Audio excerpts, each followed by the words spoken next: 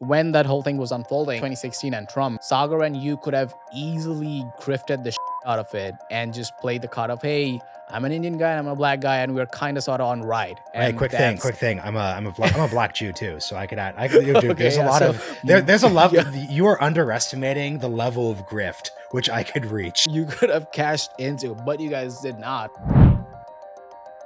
Hey, I'm Marshal Kosloff. I host the Realignment podcast. I also do great partner content with Breaking Points with Krystal and Saagar. I also have a podcast called The Deep End, and I have a lot of really interesting projects coming up the next few months. So definitely check me out on Twitter. MA Kosloff is where you can find all my best work. Would love to see you all there. You came to DC in 2010, I think, which was like, the height of conventional wisdom. Obama was president and like fake news was just not a word yet. Like no one had begun any sort of like questioning any of these conventional institution, and that breakdown didn't start yet. Talk to me about what point of your own personal career were you in right then, and what was the like first crack in the dam that you noticed which led to you start questioning things. Yeah, no, 100%. Thanks for having me on the show, man. So quick story, but I think you'll find funny because, Saagar, obviously. So came to DC in 2010 to go to GW, right in the middle of DC. It's like peak DC school. It's Obama. He's the president. So it's kind of funny when you're saying like all the conventional wisdom was true. Like Obama had just been elected president and that was not conventional wisdom. So it wasn't as if like everything was all just like hunky dory and super chill. But I knew Saagar's two best friends from back in Texas just because of a high school program. And like they introduced us. Saagar like posted on my Facebook wall. He messaged me. I straight up just didn't reply. I totally ignored him just because I was very lazy. That was my version of like checking out as a senior. Then 3 months later at actual like orientation, we were in line next to each other. And he was like, wait, are you Marshall? So I always just think like, holy shit, like at a minimum level. Like that never could have happened. Yeah. Yeah, just literally like none of this is happening right here on 15 different levels. So that's just like a funny side story. No, but I think until basically 2015, 2016, man, like think about it. The Obama presidency, Mitt Romney loses, things are pretty straightforward. People even thought Democrats were going to lose the 2010 midterm. So like that whole presidency was straightforward. But then in 2015, you have Brexit, you have Trump come out of nowhere. And then obviously you also have Trump beat Hillary. So after that, everything just kind of blew open. In the media space, what was going in? Because like when you guys started, like when you were in college, it was still like a blog driven system, right? So what was like the ways to get your word out outside like getting on TV or just like starting a blog from scratch? And how did you want to get started in that space in the first place? Yeah, I actually would disagree with you. I don't think 2010s were about blogs as much. Blogs to me felt way more mid 2000s, Andrew Sullivan, Ezra Klein, Matt Yglesias. Because remember, all of those dudes and women like Megan McArdle, they all got hired by big media companies. So they were independent bloggers who then got hired. So Megan went to The Economist. Matt and Ezra made Vox. So for us, and I think Saagar's in the same category, this is why I went to the Daily Caller. Everything for us was how do we get hired at media companies? Vice was cool. BuzzFeed was hot. The New York Times, obviously, I bet people in your audience aren't going to like the New York Times, but nowadays, the New York Times is an incredible business. It was not an incredible business back then. So it was just all about like, how do I get these like hot, like digital media companies to do things in any format you take? And it was less about blogging, more about like, okay, like I better show up to work and write out 4 to 6 posts a day that go viral on Facebook, right? So just totally different world. Just to give like some context, I guess, like that time, like that Facebook algorithm change hasn't happened yet. And that's why I think that was a lot of media companies' main like cash cow. And New York Times still didn't have that much of a subscription base that it does now. And would you agree with that or disagree with that? And tell me about like talking to people in that media industry and how they were reacting to being a part of it and making money through it. Yeah, no, great setup. So yeah, a couple of things. So one, yeah, key detail you just hit at the media business level. That early pre 2015, 2016 period was not about subscriptions.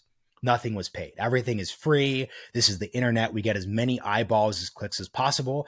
And you could achieve this by mastering social media. Because back then, the Facebook algorithm was really oriented around like sharing and virality. People were spending time there. Twitter was never as much. Twitter was always like an elite space, but it was never in this same sense. So yeah, you had all these media companies, Vice, BuzzFeed, Mike, the Bustle. I think There's all these Ringer, companies yeah, I in think this that kind was of the Ringer speak, yeah. Ringer. Exactly. All these companies are built on the premise. Yeah. They would go to investors and they would say like, hey, like we figured out A, the algorithm, and B, we know how to get people to click on our stuff. So it's not about like selling a paywall or selling a $50 a year subscription. It's just like, if we could get like 10 million people to read these articles that we pump out 5, 6, 7, 8 a day, we'll make a lot of money. That's the idea. You said two things there. Like, they went to investors and said, "We have figured out the algorithm, and we have figured out how to sell these articles to people. Not sell literally, but get people to click on it." The first part of it was like kind of true because they didn't like necessarily quote unquote figure out the algorithm. Like they were part of the algorithm and they fit right into the equation. Would you agree with that? Yeah, no, that's a great way to put it. So the thing that was overstated is when they claim, let me put it this, I think they figured out specific orientations of the algorithm. So there is definitely a period in 2014. If you and I to travel back in time, we go to Brooklyn, we go to the cool Vice office, and we ask their social media guys, how do you go viral? They would definitely give us a correct answer Okay. and a formula. What was that answer? That answer was this topic, this style of headline, this volume, this, and that, like super, super, super tactical. Gotcha. And the broad strategy is we will have a strategy of writing the algorithm to like massive billions and billions of clicks. The problem though is that, and this is why the space ended up falling apart, all these companies aren't worth anything anymore, is they did not actually control the algorithm. What they ended up doing is they built entire businesses on top of an algorithm and a foundation they did not control. So Mark Zuckerberg wakes up one day and says, actually, I think the algorithm should preference this. And actually, I think the algorithm has too much news that's focused. There are even companies like Mike who were building actual media products for Facebook, like Facebook Live. Remember Facebook Live? There were Facebook Live TV shows. Mike ended up getting sold to Bustle because they literally needed the checks from Facebook to produce content for the Facebook algorithm. So when Facebook was like, hey, actually, it turns out people don't really want to watch news here in that sense, or they want to watch like casual family and friends stuff, that business collapsed. So it's the big lesson there for people who are listening is don't build a business on top of a foundation that you do not control and that could shift instantly just like that. Why didn't anyone in the investor space like raise an alarm for this? Because that's like this thinking, obviously, we're in hindsight, it's pretty obvious, right? Like that, like you are this variable is not in your control, and your entire business foundation is like based on something that you don't control. Why do you think no one in the investor space like talked about that? Yeah, I mean, you're spending a lot of time with VCs now. I do the same thing too because we're kind of like we're on the inside. We're also like outsiders in yeah. that sense. We're doing content with them, but we're Yeah. not actually sitting in pitch meetings. Yeah. My takeaway is ZERP, right? Zero interest rate phenomenon. Yep. When money's cheap, you're going to throw a lot of money at a bunch of different things. And media is a definition of something which makes actually a lot of sense. Like media is powerful, media matters. Like at a baseline level, I think media makes way more sense to invest in than like, remember Juiceroo? Yeah. Like the juicing devices, Yeah. right? Like if we're gonna list the things that were stupidly funded, Yeah. I think media, people pass that test. But two, I think that VCs and investors and even the people who are building those spaces, they're attracted to stories. And the media was the perfect story. The internet has changed everything. The internet has upended taxis with Uber. It's upended hotels with Airbnb. And if it's 2013, if you and I are pitching a media company, we'd say, yo, the media is upending the New York Times. Invest in that space. We figured it out. We're going to reach. I mean, don't forget, dude, like Vice once had a $5 billion valuation. Yep. And now they can't even sell. No one wants to even buy them. So I entirely think of all like the bullshit that happened the past decade, this is pretty justifiable. And the frank reality is once investors figure this out, they basically stopped investing in the space. So after 2015, 2016, people saw these data points and then stopped doing it. Gotcha. So, you said 2016, so that's a good segue to, I guess, politics. Back then, like politics was, and you can disagree with me, obviously, like in my opinion, still binary to some extent. Like there was Romney and there was Obama, and but the like it's not even a politics. It's more about like the political media. The political media was still binary. There was not all these like hyper niche internet community. Like if you like populism, there's like Breaking Points, Kyle Kulinski, there's Chapo and all that stuff. Like there was not all these like small, tiny little corners of internet, and the creator economy still hasn't like fledged itself out completely. So what was going through your head, I guess like 7, 8 years ago, into like where do I fit into this equation and who were the players in that space? Yeah, I love the way you summed that up because it's so niche. Because like even within the populism category, Chapo listeners are not Breaking Point listeners, No, they're definitely are not. not are not Lever News people, are not Kyle Kalinske listeners. So like within that niche of populism, we could sit this out and wipe it out 20 different ones. No, so like it's so funny when you put it that way. It was just so binary. I think it was in 2016 things were separated by, let me put it this way, format. So YouTube, podcast, not even newsletters, because newsletters weren't hot then. Basically like the question I think a creator would ask themselves is, okay, like, am I a podcaster? Am I trying to like ride that post serial wave? Am I doing video? Remember, Vice is trying to create a cable network back then, man. It was so different. Am I video or am I a click monkey, like typing out pieces? Or I guess the fourth category then would be like, am I elite and then getting hired by the then resurgent New York Times or Vox or something like that, right? This is Ezra Klein doing the Ezra Klein podcast. This is Kara Swisher building out Recode Decode, et cetera, et cetera, et cetera. So yeah, it was so focused that way. And I think the place where I desperately wanted to work at a digital media upstart company.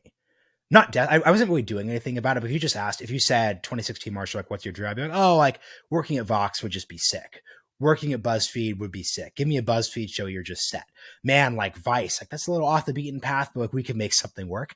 And it's just so different that I don't think anyone was thinking as deeply as you just insinuated about their career and where they're placed as they are now. Like now, I'm like, okay, there's Marshall Kosloff, the brand. Where does Marshall Kosloff sell his work? What format is he in? Am I good at podcasting? Am I good enough at YouTubing? How am I at writing a newsletter? No one thought of that level. It's just basically like, man, like how do I get a job that then lets me just continue advancing up the rung that way? I mean, yeah, I think like in every like creator's journey, I think like there's like the two ends of spectrum. One is being a creator and one is being a distributor. The second half of the spectrum still didn't exist back in that time, right? So now to some extent everyone, not everyone, like because being a distributor comes with its own headaches, right? Like because you are literally managing the entire back end stack of your work. If you're just a creator, the fun thing about that is that you can just focus on what your work is, and then you get paid a 9 to 5 salary and they take care of putting your work out, Yeah. right? And whereas back then you just had that one option, or like still some people were trying to figure out, hey, can I play in the circle? But like you said, like just having that byline like Marshall Kosloff, Vox reporter, Marshall Kosloff, BuzzFeed reporter, I think that in itself was kind of the North Star for most media people graduating out of school, right? Yeah, it had to be because you just didn't have. And look, this is where we'll say nice things about VCs for a second. There was, I mean, Yeah. Substack started in 2017, so it existed, but you didn't know about it. You didn't know about it, and if I explained Substack to a 2017 Marshall, I'd say, wait, how is that different than Mailchimp? Right? It's a newsletter platform, like whatever, right? Like you wouldn't think about that intuitively. So yeah, that's just the biggest change. The biggest change is that if there's a brand, you still come first in how you're thinking about it. Like, so I do work with brands all the time, right? Like I do think tank work. I did something with a company called The Recount last year, but it was still Marshall Kosloff, comma, brand. Back then it's brand, then Marshall Kosloff. Gotcha. Speaking of like brands and like DC, um, I would like you to break down like political media economics vis-a-vis cable bundles and subscriptions, right? Because every day you read new headlines about cable news, like ratings tanking, this and that. But at the same time, you see that these still exist. Like I know, like it sounds kind of stupid, but like like CNN is still has the weight of CNN, so does Fox, so does MSNBC, so does all these channels, right?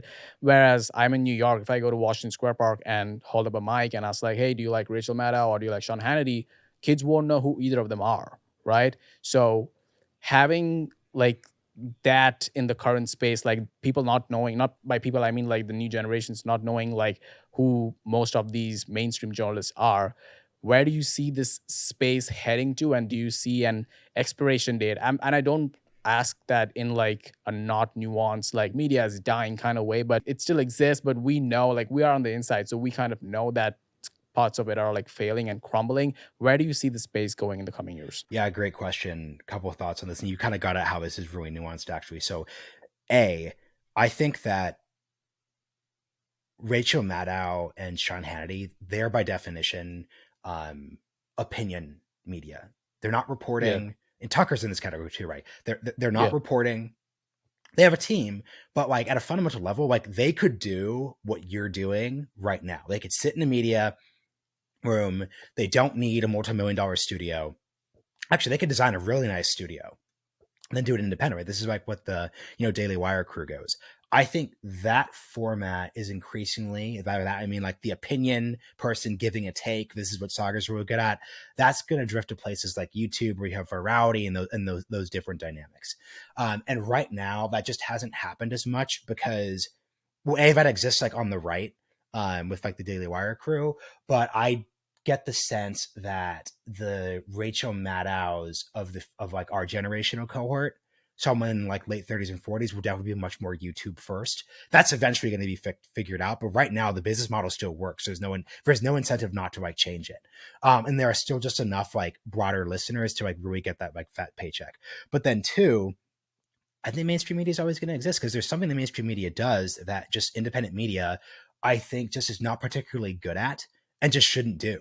Um, it's good that and you're talking about like live news in live this case. news. I It's good that Yeah, yeah. CNN. It's good that CNN was in Kabul during like the fall to the Taliban. That was like if Sagar and I were talking to an investor, and they were like, why don't you guys have like a breaking points person there? Because the MSL, like, this sucks, sucks. It's like, no, like that's terrible use of everybody's time. It's incredibly expensive. It's incredibly dangerous.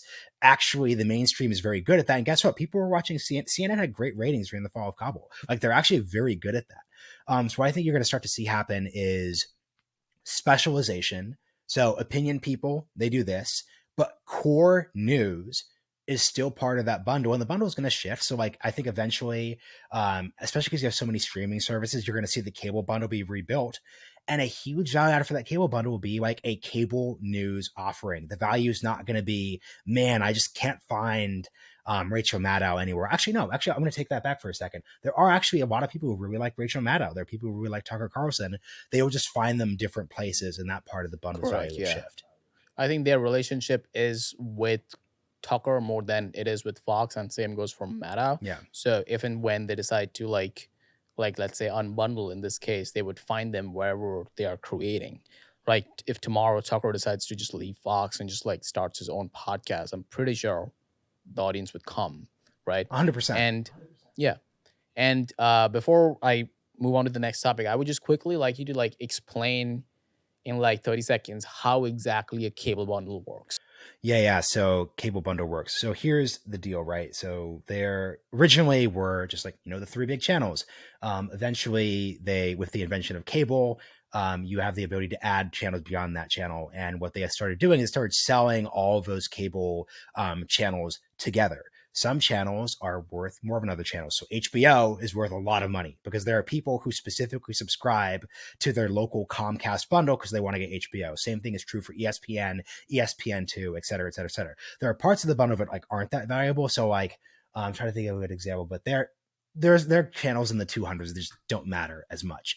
Even though CNN doesn't have crazy good ratings compared to Breaking Points, it's still a better business than breaking points, because there are just huge numbers of people who are only paying for the cable bundle because they want in the back of their mind to know that they could get CNN when they want to get it, because it's a valuable part of the business. So like that's the way it works. Like Comcast, they're called carriage fees. When Comcast takes your $100, they pay percentages of that hundreds to different channels based on how valuable they are to the actual bundle. So that's a brilliant business model, which, especially given how many streaming services there are, we're going to see reconstitute itself in a digital first version. God, and to close the loop on that, I think like the most important part of that is the realization that uh, all these reporters and all these journalists, their paychecks are not exactly directly tied to how many eyeballs the channel is getting at any given day. Correct? Yes.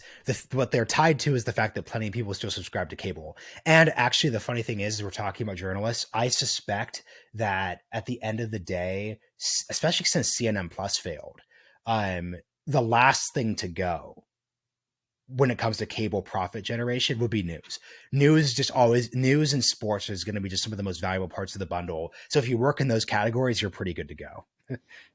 Gotcha. Okay, let's move on to, I guess, like 2016 and Trump and realignment as well. So when that whole thing was unfolding in itself, Sagar and you could have easily grifted the shit out of it and just played the card of, hey, I'm an Indian guy, I'm a black guy, and we're kind of sort of on right. Hey, And quick thing. that's I'm a black Jew too, so I could add. Dude, okay. there's a Yeah. lot So of there's a level. yeah, You are underestimating the level of grift which I could reach. you could have cashed into, but you guys did not. And talk to me about like what was going through your head right now on like finding you guys' own corner in not just content but actually like giving value in the journalism space. Yeah. So and this is where we could get into the advice section, which I think is always fun. I genuinely don't give a shit about views.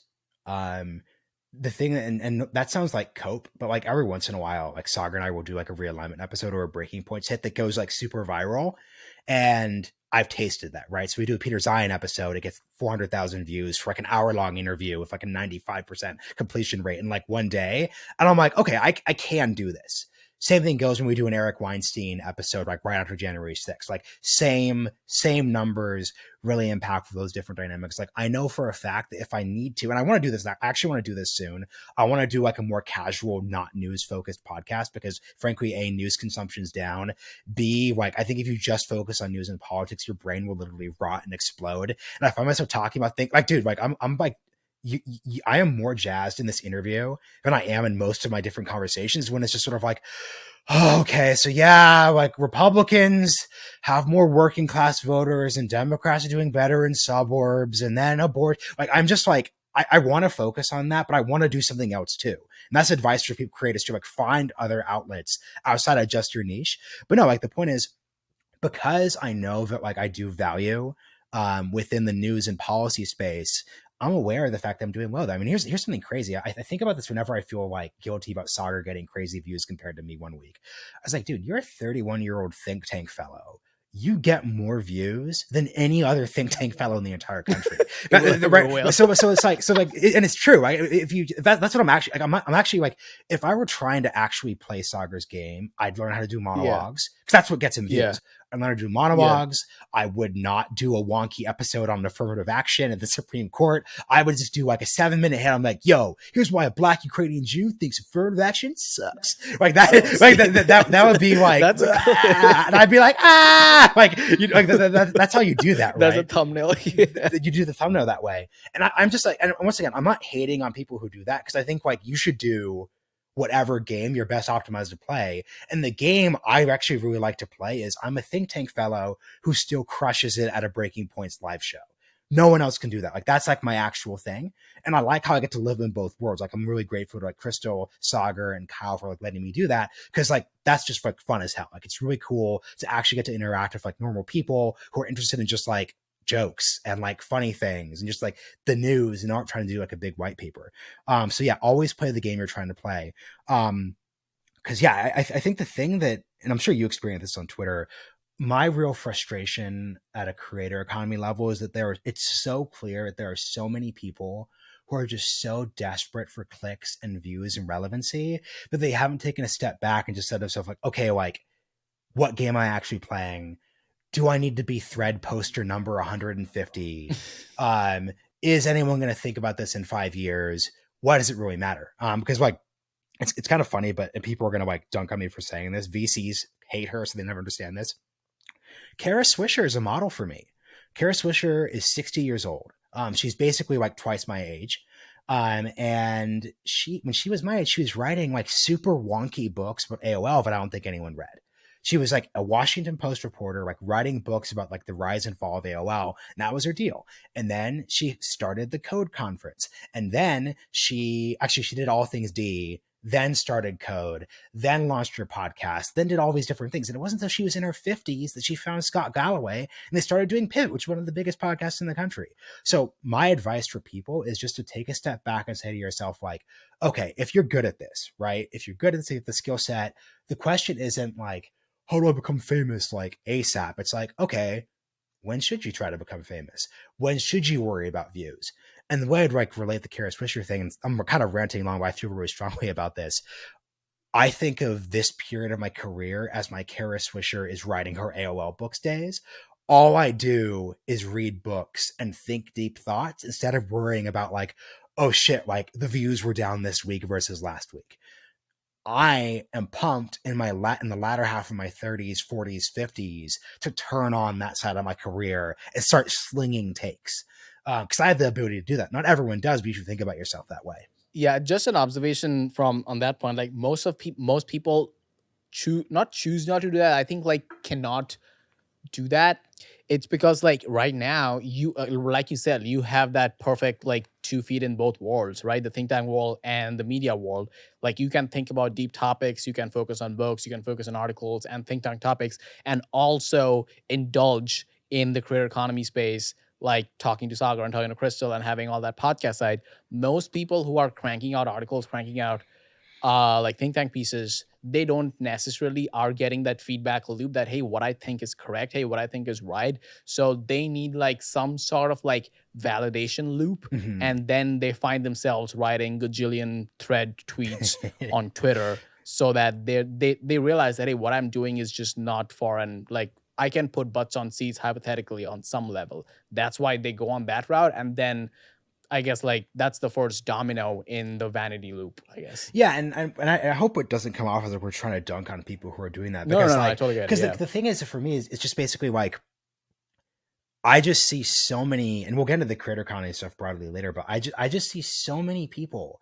So, for example, became just like Web3 thought posters because they were just desperate to have something to say so they could become famous, and they forced it, and now they're not tweeting as much anymore because it was irrelevant. So I would just, if you, and once again, I need to be very clear about this, right? Like I've got a lot of, and your politics are complicated. So when I say this, I'm not trying to like annoy people.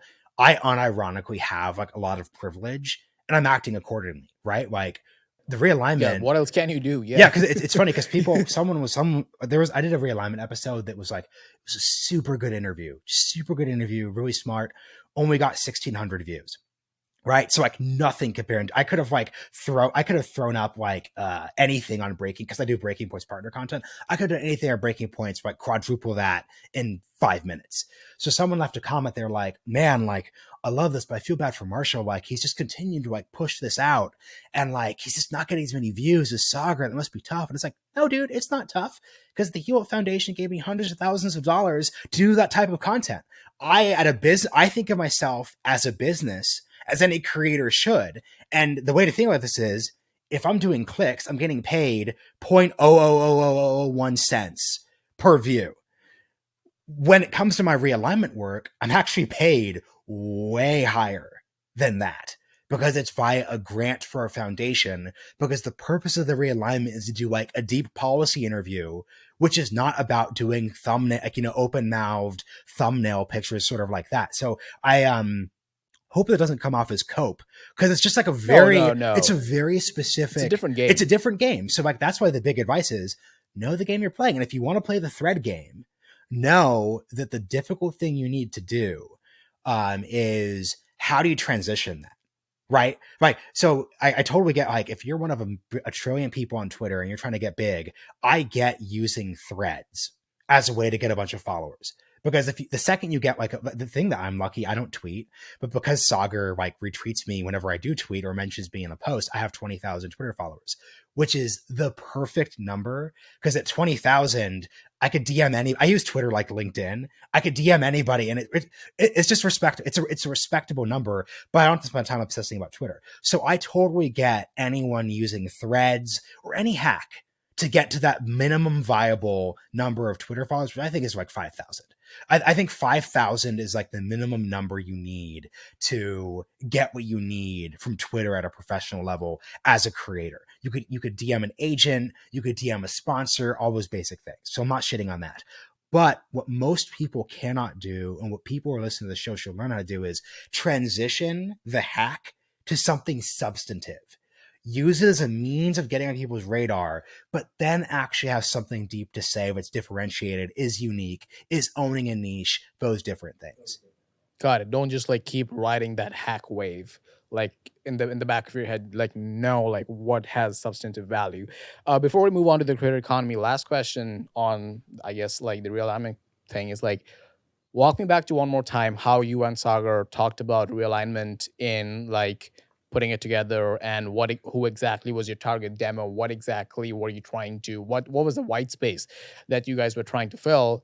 And also secondary, like you said, getting grants from think tanks and all that. How does one go about that whole process in order to actually make it a viable business?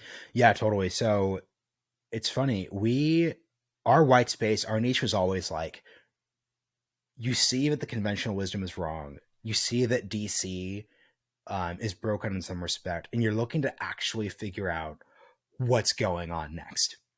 So it's Quickly, how was it broken in that yeah. case? Basically, that there were a huge set of issues, um, trade policy, China, foreign affairs, national security, tech, etc., where the DC status quo was either not providing the answers to the questions raised by those issues, or was not actually providing people with the means to actually address the issue. So, like, you could have as many solutions as you want. You don't have an actual theory of the case of, here's how I pass the bill, or here's how I get this person interested, here's how this staffer doesn't shut it down. It doesn't really matter. So those are my two areas, right? So like, what is the idea, and then how do you get the idea actually done? So it's frankly a show focused on people who want to figure out those questions. And guess what? Like, not most people do not need to concern themselves with that question. Right, like straight up, right. One of the proudest moments I have as a creator is when the invasion of Ukraine started. I just did 30 days straight of emergency episodes of like this aspect, and I did an episode of Bridge Colby about what the war had to do with Taiwan, and I got a bunch of texts. Senate offices were passing around the episode to help them think through what was happening. That is not, like, that is what my goal is. Like, that's the target audience. That's the theory. This format could be very helpful and accessible in a way that just like a 20-page white paper that a PhD writes is just like not useful. I read the white paper, then I interview someone. That's my theory. Then when it comes to like think tanks in those spaces, like, once again, if you are someone who is interested in this format, wants to do this type of work, but like kind of wants what I have, which is I get to live in the creator economy world, but I also get to like not get paid for clips. I get paid on quality.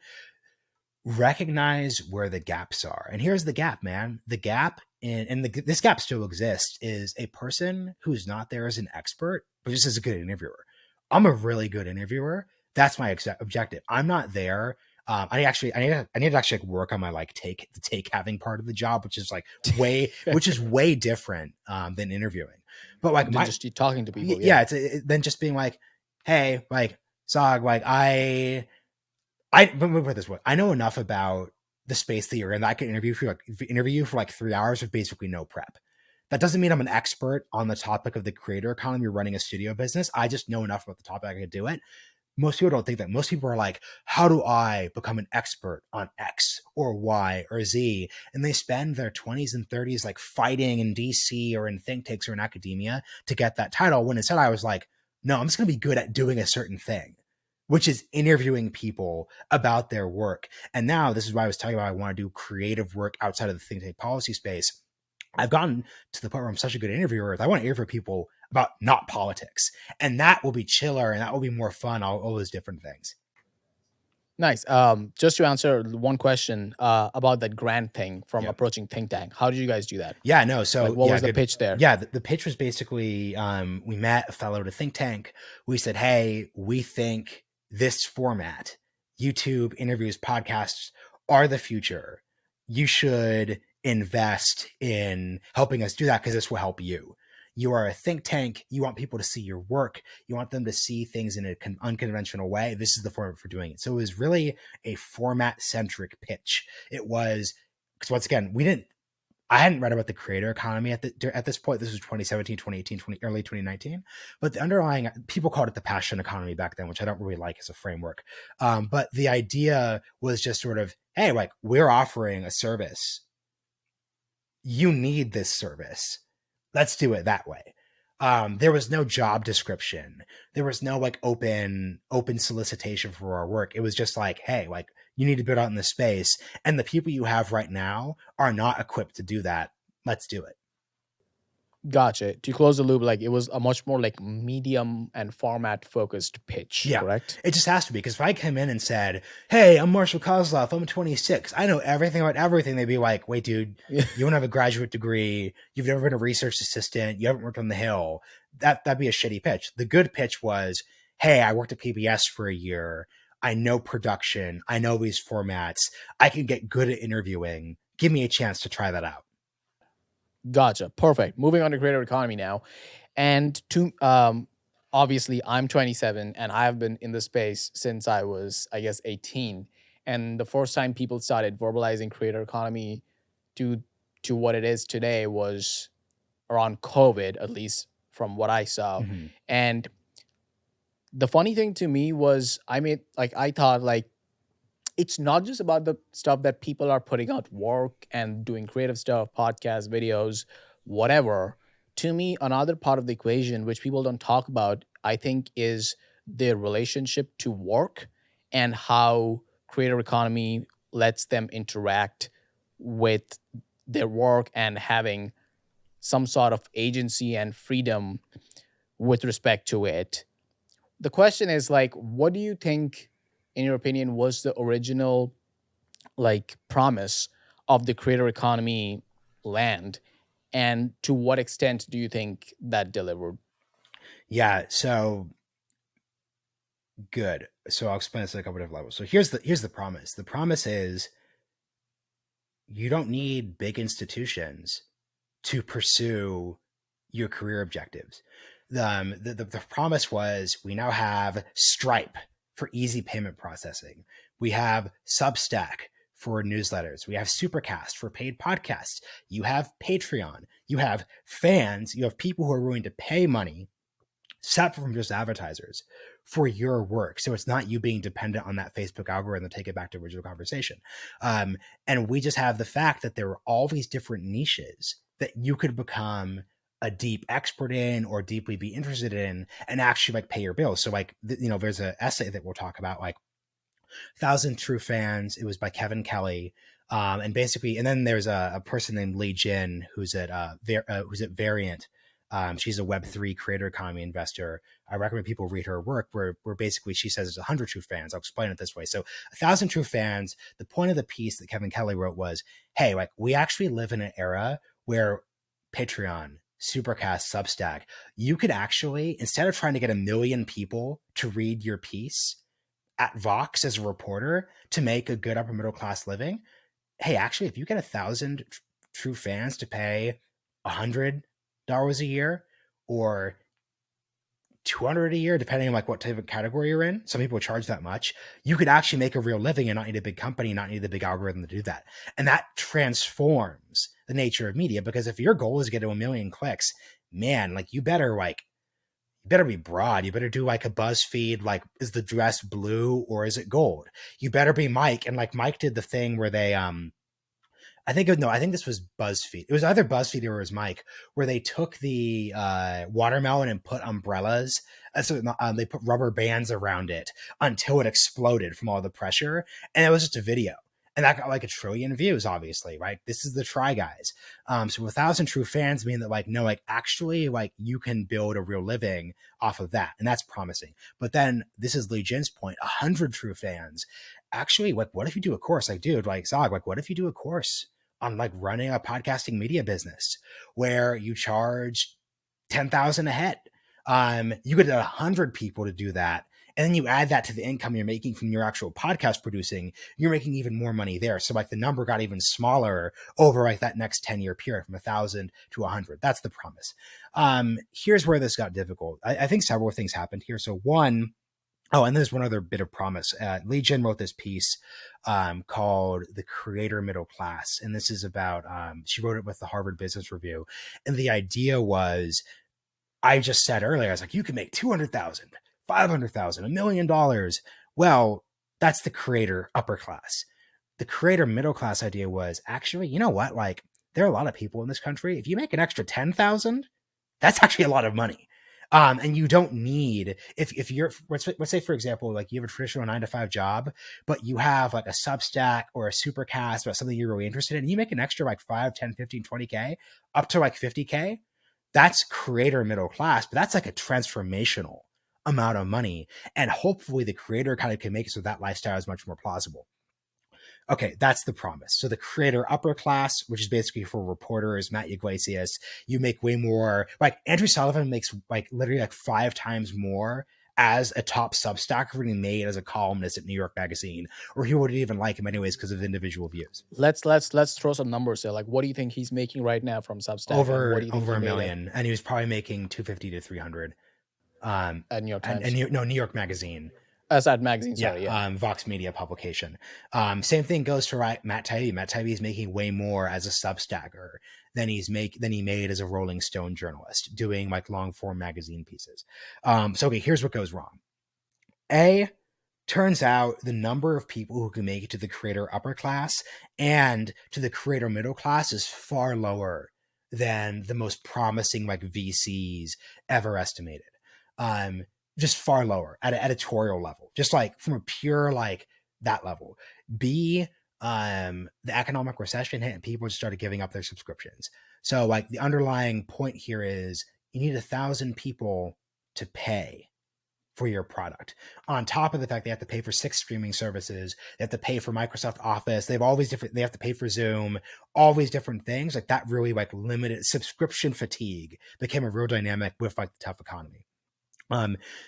Also what happened, turns out, you know this, man, you work with creators, running a creator business is a business. It's actually, it's I cannot overestimate how like crazy difficult it is. Because the thing is, look, and obviously if you're Matt Yglesias and you're Andrew Sullivan and you're Matt Taibbi, they can hire a shit ton of people. You're making so much money that like obviously throw off 50 of that to hire back end staff on a part-time basis. That's easy as hell.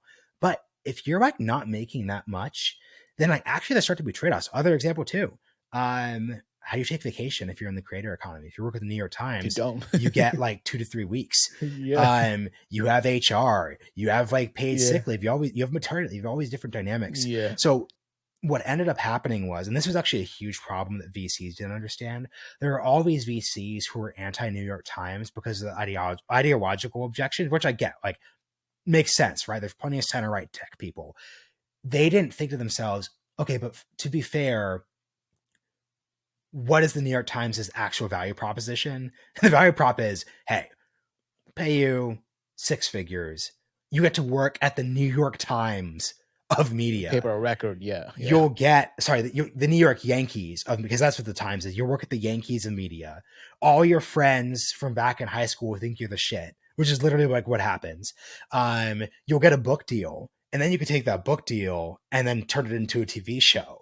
Because you're a New York Times reporter. And then guess what? 10 years from now, then you go do your Substack. That's a great fucking life. That's the greatest life ever. And I'm sorry. People shit on it so much. Sorry. No. Talk to me. I want to hear this from your side. No, what about, like, it bothers me because, like, having lived in DC and now in New York and having operated in this space, the most not common question, but it's like and I don't want to shit on anyone. I just want to emphasize it because I respect everyone's aspirations. Like a lot of people approach it and kind of like I get this romanticizing about being an independent creator. I want to leave my 9 to 5 and I want to start something on my own. Hey, Sognick, help me with it. And I was like, first of all, you have to pay me.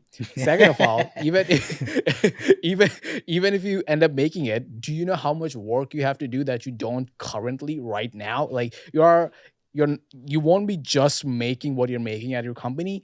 Your entire life's gonna be different. Mhm. You are the publisher. Like I said, there's creator and there's a distributor. You will be both. Which Now sucks. you only It's get to be the hard. it's hard because like in your head you're like I only want to do what I'm good at, i.e. being a creator. But no, you have to figure out how to distribute. You have to figure out paying your producer. You have to figure out paying your graphics people. You have to do lights. If you have to figure out whether or not your guest is coming, all these other nuances which you're isolated from in a multi-layered organization. When you work, that's all you. That entire stack is your responsibility now. Are you ready for it? And that's the cautionary tale, I guess. Yeah, and that's the key thing, which is, and that you just got it at the core of it, which is, and look, the actual take here is, I actually, let me put it this way. The journalists who can succeed at this, and by the way, we're not even claiming like if you can't make 6 figures in 1 year, you suck and you can't do it. No, No, like no, like no. think of like Nike, right? I just reread Shoe Dog by Phil Knight. Like Nike didn't make that much money for like the first few years. So like that is not the claim. The point though is you have to have an entrepreneurial personality set. So me, for Correct. example, the Yeah. reason why I'm in a creator economy isn't because it's because I have no other option. Like I actually, dude, I suck. I'm a terrible employee. I'm just gonna be entirely frank. Like I'm not good at it. I was a terrible intern. Not good at these things. I don't do well with hierarchy. I don't like being told what to do. Like this, that. Like I have to do this. Versus someone who's saying like, oh, you know, I could make some more money than I am at the Times. And oh, like my editor was a dick to me this week. That just isn't enough. Like the people who are really good at this, like once again, Matt Taibbi, Matt Iglesias, Andrew Sullivan, they are entrepreneurial. They struggled within institutions at a deeper level. And that's also why VCs got the creator economy kind of mixed up, because what they discovered is the creators who are successful first actually are dispositionally a lot like the entrepreneurs that investors invested in the first place. So they're like, oh shit, like look at all these journalists who aren't making that much and could be making way more and who are so like ambitious and aggressive. Well, that's like because this is the thing too. We're not even talking about quality. There are so many New York Times reporters who are just as good at their job as Matt Iglesias is. However, they just work within a function. Like the Africa bureau chief at the New York Times just crushes it. They're good at their job. Like their job At being an Africa correspondent. being Yeah. Africa correspondent, and it would make no sense for them to leave and do that independently. That'd be a terrible business model. So yeah, this just got so confused. And I think because you and I, well, dude, like you were at the Daily Caller, because you and I, once again, this is the key thing, especially right now as things are reshifting, as things are realigning. My advice for listeners would be place yourself in as many different worlds as possible, because that's where you get perspective. I work for VCs, I work for tech companies, but I also work in traditional media. I worked at PBS for a year. I didn't enjoy it, but it was actually really useful because I was like, oh, that's how that works. And oh, this is this, and that thing. Really key to understanding. Yeah, it's like you said, like putting yourself in different worlds, having that perspective, and also secondarily, like that. Oh, what is that? That's you being honest with yourself. That your presumptions are being like kind of like shattered. Like Mhm. your whole romantic ideal of what it is to work at PBS, you are starting to question that. Most people like either don't have the guts to question that, or B are just like dishonest with them. And I'm not saying like if you like that, then you like that. That's fine. I'm just saying like if you want to leave, you're not questioning that, then I think you are doing yourself a disservice. And on the other end of the spectrum, if you want to stay and you realize that this is the life that you like everyone has this like pre-written script in their mind. It's like, what am I, right? Am I a reporter? I'm just a Vox reporter. Or am I like Marshall Kosloff? Am I like my own entity? If you're in the latter camp, I think it behooves you to like kind of like start thinking about like what we talked about right now. And if you're in the farmer camp, then hunky dory, you got the life you wanted, right? Yeah, and I want to say something because people actually always dunk when Sagar and I do this because it's way too negative. I want to say like what my positive vision for how this works is. So here's actually the positive vision. The positive vision is you don't have to choose. This is why I respect Kara Swisher. Also, this is someone who people don't like in your audience, Jamel Hill, right? Like she's very controversial, but guess what Jamel Hill does? Jamel Hill has a Vox podcast. She owns a podcast network. She has a As a column book. she has a book. She has a column at the Atlantic. She is a business, and she, in Set. some aspects, is an independent creator. In other aspects, Correct, she yeah. is renting her brand to another brand, the Atlantic, To other who publishers, yeah. pays her a bunch of money. So what you should do, my actual advice is, it was a mistake it's a mistake for most people to treat this as a binary either or. Instead, you should say to yourself, what work am I interested in doing? What is my need to have? So for example, I was looking at a VC media job. I didn't take it because I'd have to give up the realignment. That's just like my non-negotiable. That is my underlying thing. The realignment is like my core. It's what's valuable. Like it's like deeply, deeply important. I wouldn't give it up. By contrast, I would totally give up like a tech podcast or something like that if it had to come to it. So know what your core is, have a core foundation, and then experiment. Work with a media company one way, do an independent newsletter another way. Mix it up. Like you are a brand, even if you're hired by even if you are a W2 employee in media, you are a brand now, and operate as such. And if you operate as such, and if you and here's the thing too, just don't think ideologically. And I get the Breaking Points audience likes to think about this, but like your first question should not be, man, the New York Times is a bunch of like center left libs, or like the MSM sucks, mainstream media sucks. It's like, because that makes sense from an audience perspective, like deciding where you want to put your time. But the second you start doing that, oh, let's talk about this. Let's go there for a second. Let's talk about the blue check debacle at Twitter. David, look, I've had David Sachs on the podcast, but this is exactly what happens when you think too ideologically. The second that David Sachs and Elon Musk were like, we're going to open up, they're always like lame East Coast journalists, and they're lording, they said this explicitly, they're lording their blue checks over you, power to the people. We're going to make this a paid thing. They didn't understand that, like, the second you did that, you just devalued the blue check. You devalued it instantly, but they were thinking ideologically. They were thinking, man, I do not like Taylor Lorenz. We don't like Taylor Lorenz. How do we screw over Taylor Lorenz? Oh, what we do is we open up the blue check to everybody. That isn't the way you can't start thinking the way. You have to start with, okay, what's the actual value proposition?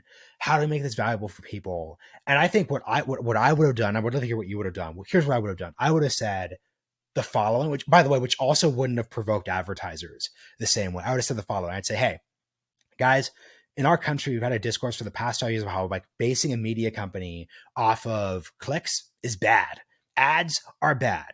Ads wrecked media on Facebook. Ads wrecked all these companies. It makes us focus on like volume over quality. Instead, we want, like the New York Times, like the Atlantic, like any good business, to have a portion of our business based off of subscribers. So if you want to make sure, because this is the kind of thing good media companies do, good media companies have like an affirmational pitch of like, hey, don't you want to support our work? Like, Sag, like, you like Twitter, man. Twitter's a cool place. Like, we dunk on it, we make fun of it, but it's like, it's our public square. This is what PBS does. This is a PBS pledge drive. They should have said, hey, keep Twitter an open and great place to be. We're going to add all these different features. Maybe you could get verified somehow. Maybe you could do this, or that. But just at a core level, let's make this a better business so we don't lose all this money, which is Elon's whole point. Instead, they started with, I don't like leftist media reporters, and then just killed the conversation from that starting point. Yeah, like the moment like Elon went on, and I want to close this loop, but like the moment Elon went on this whole political like era, like it just got so annoying so quickly. And to answer your question about the Twitter, I'm kind of in the same camp. Like I think the solution there is like to kind of open the discourse of like thinking about Twitter more as a public good. Mm-hmm. And also because like at the end of the day, what is Twitter? It is two things. It's like an elite space for journalists to talk among each other and distribute their work. And secondly, it's like shit posting heavy, right? And those two things can, I think, like exist in tandem. And like that's where the discussion needs to be, like within the elite circles. It's like, hey, let's introduce more circles, less ads, have like think about it, think about it like distributing newsletters. Like instead of you going into other people's inboxes, you are going into other people's feeds. And I think that's the better model, instead of just like going after, like you said, like the moment you make your business have like an ideological bent, it becomes problematic. And probably Elon can take the hit, but or he can't, I don't know. But like a new up and coming reporter or journalist or creator who wants to step in the space, and his first thought after graduating is like, oh, I cannot work in this media companies because their values don't align with my dad's, then I'm out. Like that's not a good approach to not just like live a life, also just to start a career. Yeah, and the one quick thing I'd add is neither of us are saying if you're a right winger, you should go work at the New York Times. What we just mean is that, dude, like, I'm sure you get this. We get so many listener questions where people are like, hey, I hate all media. I hate Fox. I hate the Daily Caller. I hate MSNBC. I hate Vox. I hate everyone. How do I become successful as a reporter? And it's like, okay, dude, like, no offense, but there's a reason why me, you, and Saagar all started in media and now are doing independent work, right? Like that's the underlying point here. And that's an example of someone just bringing like, because this is even about like politics, right?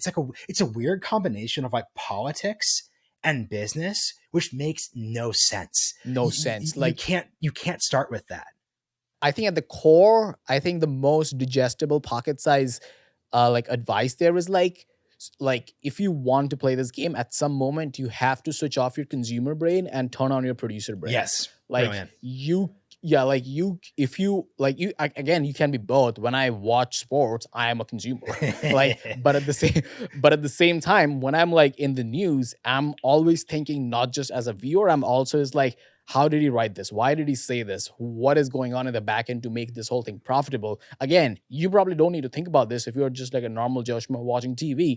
But if you want to work in this space, you cannot be like bogged down with what Kevin McCarthy tweeted today and how it pisses you off, and why you don't want to work at Fox if you are a lib. Like so like all that thought, like you can like compartmentalize that, and I think you have to be good at compartmentalizing it if you want to make a living in this space. And that's I the key think that's thing. my You're advice. and this is our takeaway, right? Like, and this is where we're offering something positive on top of like the dunking on things. If you are in this space now, even if you're working at Fox as a producer, you are a business person.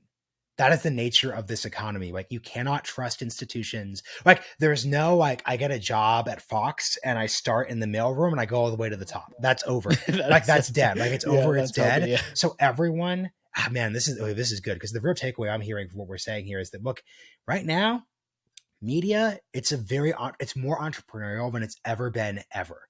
And that's actually and it's kind of like funny. I'm sure you've seen this. I have a lot of friends who like start in media and they have to go into PR or they have to like leave the space because there's just like it's just no longer about like safe track space. So the people who are going to remain and succeed and not have opportunity costs, because once again, those friends who went into PR are actually making way more money than they were making in media. So that was the right call. You got to be ready to play an entrepreneurial game, and entrepreneurs cannot start with like, here's a operationally political take. And here's how I'm going to take my career in a different direction. That's awesome. You said about like you mentioned about like being a W-2 employee and how that's I guess like that's a good way to start your career. Obviously, I think a lot of people, when creator economy was getting talked about and like it became a thing, one of the major misconceptions, in my opinion, of the creator economy was that, hey, we're going to create like 10,000 Mr. Beasts and everyone's going to be a creator and everyone's going to be like making shit ton of money, doing shit ton of ad brand deals and getting shit ton of views. Whereas the opposite of that forethought, that thought is like, no. You will probably work for a Mr. Beast. You would probably work for a Marshall Kosloff. Like it is not a bad thing and probably more advisable because you get to learn a shit ton if you like enter a creator environment and if you are an employee there, compared to you going on working at still a 9 to 5 but at a company where that model is not yet realized. Yeah. It's tough because it I think what you're getting at is there's a very sexy story and there's like a less sexy story. Yeah, Um, there always is. yeah, Yeah. well, and I think the other thing too is that like, and to be fair, like, how do you like get hired to work for a Mr. Beast equivalent? Like, it's a lot less legible than like the W2 version. But I mean, quick bit of advice, right? And I'm sure this has happened to you. Like, the actual answer is to just like reach out to people, um, in DMs, Twitter, email, like whatever, because everyone needs help.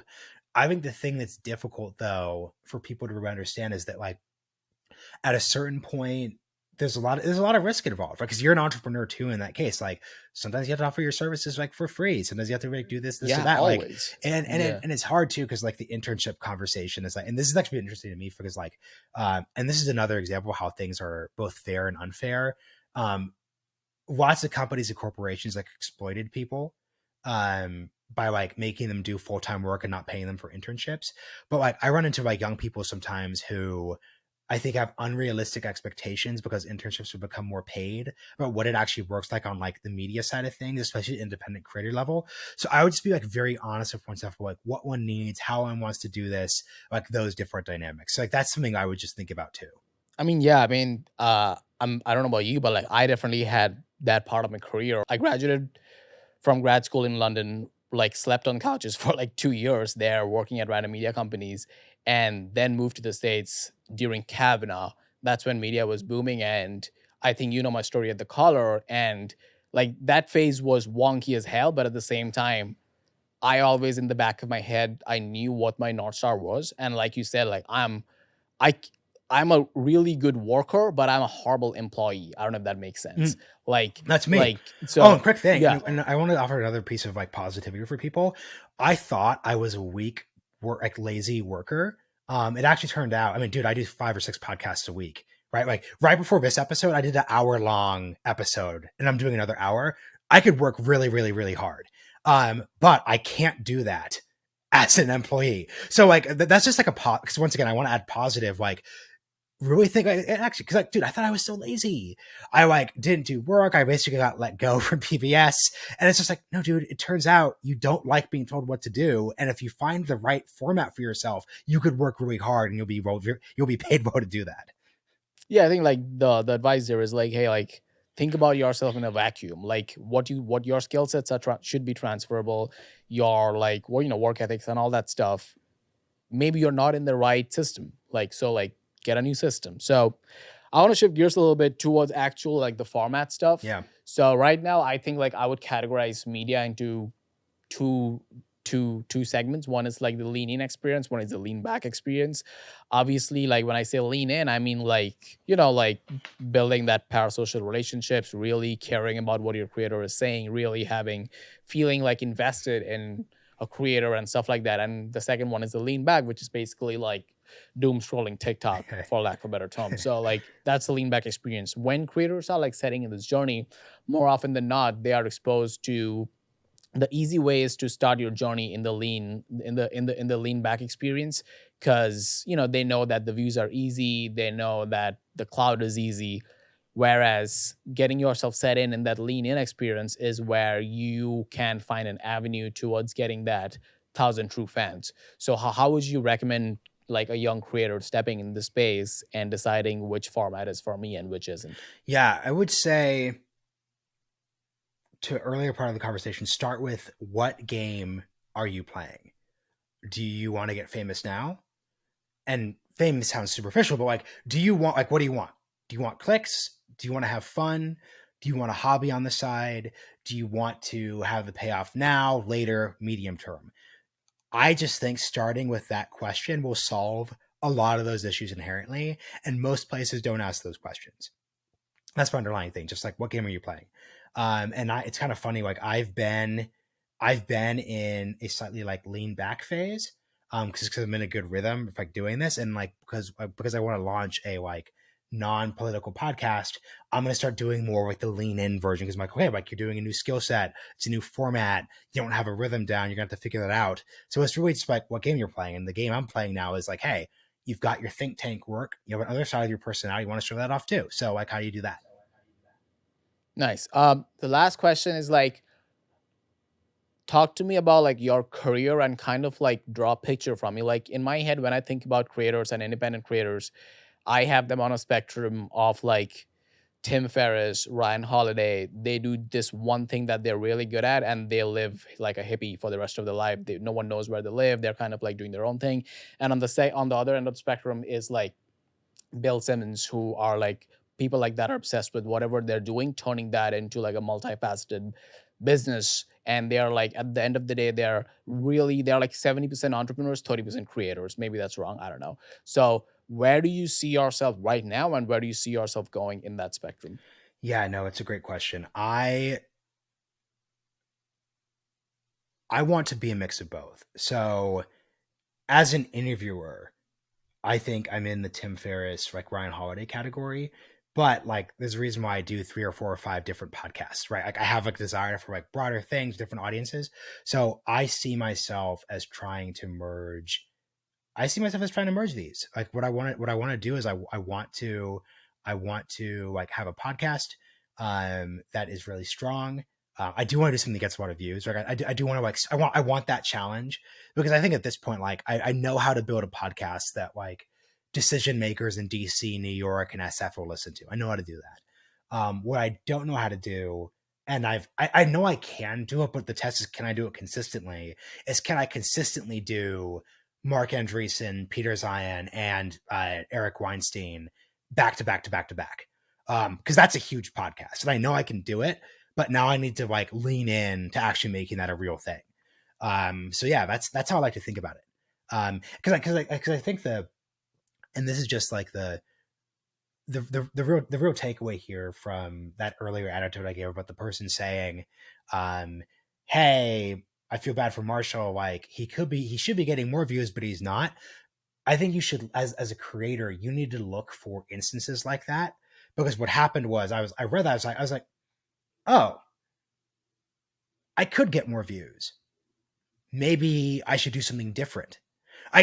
So like, because for me, because I think that's a test you should, because I was like, oh yeah, I can get more views than this, but that required me to do something different. What would something different look like? I was just open to thinking that when I thought, oh, something different would be like, this isn't a think tank podcast. This is just like us having fun. Like, I'll just tell a story about this real quick. Like, Saagar and I got pitched a book by Mike Glover. He's a prepper guy. He was on Joe Rogan, and the book is all about like survival and prepping. And I was thinking, I was like, we got the pitch from the publisher. The publisher's like, oh, like Joe Rogan guest, like on the Realignment. And I was like, okay, so like Mike Glover is involved in all sorts of like, let's just say slightly complicated political stuff. There's some like weird FBI stuff going on there. I don't want to talk about any of that, because if we did the Realignment, we would have to go there. But Saga, like, wait, what if we did a podcast? We're like, yo, dude, we're former mimosa stuff, drinking 30 somethings with Equinox memberships. How do we survive? Right? Like, let's just talk about that. That's like a fun episode. Yeah, because you see, it's funny. Yeah. Like, that'd be the joke. The joke would be like, yo, so I'm just gonna be real with you all. Like, I know my way around a J. Crew. I know bonobos. I was born. I was born East Coast life you could ever imagine. I was born for this life. I know these streets. I'm in Austin. Help me learn to survive. I'm getting married. I want to have a family soon. Seriously, help me survive, Mike. That would be such a fun hour to hour and a half. And I think people identify with that different than like, okay, so Mike, I have an understanding that the FBI has asked about certain members of your organization. And then he gives me like an answer that's like, I don't know, like one which I should definitely ask a follow up on, but would be awkward. So finding a way to say to yourself, like, how do you combine that audience feedback with like, wait, like, oh, that could be fun. Actually what you want to do, yeah.